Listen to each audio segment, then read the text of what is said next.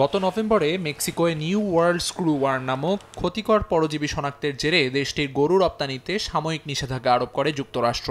দীর্ঘদিনের আলোচনার পর স্বাস্থ্য নিয়ন্ত্রণ সংক্রান্ত সমঝোতা চুক্তি সইয়ের মাধ্যমে নিষেধাজ্ঞা শিথিল করে যুক্তরাষ্ট্র।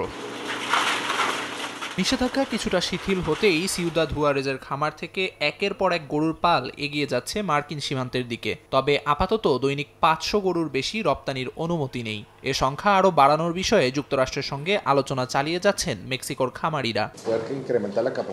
প্রতিদিন আমরা যুক্তরাষ্ট্র কর্তৃপক্ষের কাছে অনুরোধ পাঠাচ্ছি যেন গরু রপ্তানির সীমা বাড়ানো হয়। এখন এটি ৫০০তে সীমাবদ্ধ, তবে আমরা আশা করছি এটি দ্রুতই ১,০০০, ১,৫০০ কিংবা ২,৫০০ পর্যন্ত বাড়বে।